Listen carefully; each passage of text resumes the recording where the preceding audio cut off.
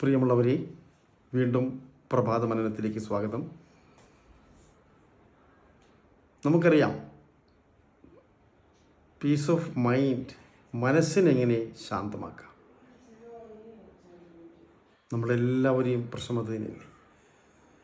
സംഘർഷഭരിതമായ മനസ്സിനെ നമുക്ക് എങ്ങനെ ശാന്തമാക്കാൻ, അതിന് മഹാന്മാർ ധാരാളം രീതികൾ അപ്ലൈ ചെയ്തിട്ടുണ്ട്. ധാരാളം ധ്യാന രീതികളുണ്ട്, മറ്റുപാധികളുണ്ട്.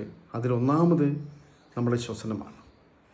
നമ്മുടെ ശ്വാസോച്ഛ്വാസം നമ്മൾ നിരീക്ഷിക്കുകയാണെങ്കിൽ, ബോധപൂർവം പ്രശ്നം എടുക്കുകയാണെങ്കിൽ തീർച്ചയായിട്ടും മനസ്സ് ശാന്തമാകും. ബോധപൂർവമുള്ള ശ്വസനം, ഡീപ്പ് ബ്രീത്തിങ്. അതുപോലെ തന്നെ നമുക്ക് സംഗീതം കേൾക്കാം, ദിവ്യ സംഗീതം, ഇഷ്ടമുള്ള സംഗീതം, നമ്മളെ സാന്ത്വനപ്പെടുത്തുന്ന, സമാധാനത്തിലേക്ക് നയിക്കുന്ന സംഗീതമുണ്ട്.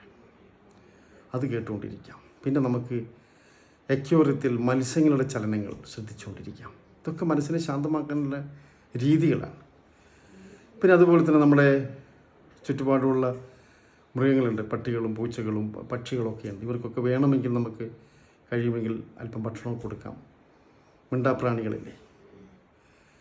പിന്നെ നമുക്ക് മറ്റുള്ളവരെ സഹായിക്കാം. നമ്മുടെ മുന്നിൽ വരുന്ന നമുക്ക് കഴിയുമെങ്കിൽ അതും മനസ്സ് ശാന്തമാകും. നമ്മളുടെ കരുണാർദ്ധമായ ഭാവങ്ങൾ പുറത്തേക്ക് വരുവാൻ സഹായിക്കുന്നതാണ് സഹാനുഭൂതി എന്ന ഗുണം. ഇങ്ങനെ കുറേ രീതികൾ നമുക്കുണ്ട് മനസ്സിനെ ശാന്തമാക്കുവാൻ. പിന്നെ നമുക്ക് ക്രിയാത്മകമായി, സൃഷ്ടിപരമായി എന്തെങ്കിലും ചെയ്യാം. ചിത്രം വരച്ചുകൊണ്ടിരിക്കാം, വായിക്കാം. നല്ല ഗ്രന്ഥങ്ങൾ, ഉത്കൃഷ്ടമായ, കൂടുതൽ കൂടുതൽ നമ്മളെ വളർത്തുന്ന പ്രചോദനാത്മകമായ മഹാന്മാരായ എഴുത്തുകാരുടെ ബുക്കുകൾ വായിക്കാം. ഇതൊക്കെ നമ്മുടെ മനസ്സിനെ ശാന്തമാക്കുവാൻ സഹായിക്കുന്ന രീതികളാണ്. അതുകൊണ്ട് എല്ലാവർക്കും ശാന്തമായൊരു മനസ്സുണ്ടാവട്ടെ. കാരണം മനസ്സ് നമുക്ക് വഴങ്ങിയാൽ മാത്രമേ നമുക്ക് ഏതൊരു കാര്യവും പ്രവർത്തിച്ച് വിജയിപ്പിക്കാൻ കഴിയൂ. അതുകൊണ്ട് തന്നെ അച്ചടക്കമുള്ള മനസ്സിന് മാത്രമേ ഉയരങ്ങളെ സാക്ഷാത്കരിക്കാൻ കഴിയുകയുള്ളൂ. മനസ്സെന്ന ഒരു ടൂളിലൂടെ, ഉപകരണത്തിലൂടെ. അതിനുവേണ്ടി മനസ്സിനെ ശാന്തമാക്കുവാൻ എല്ലാവർക്കും കഴിയുമാറാകട്ടെ. എല്ലാവർക്കും ഈ പ്രഭാതത്തിൽ നന്ദി, നമസ്കാരം. വീണ്ടും കാണാം.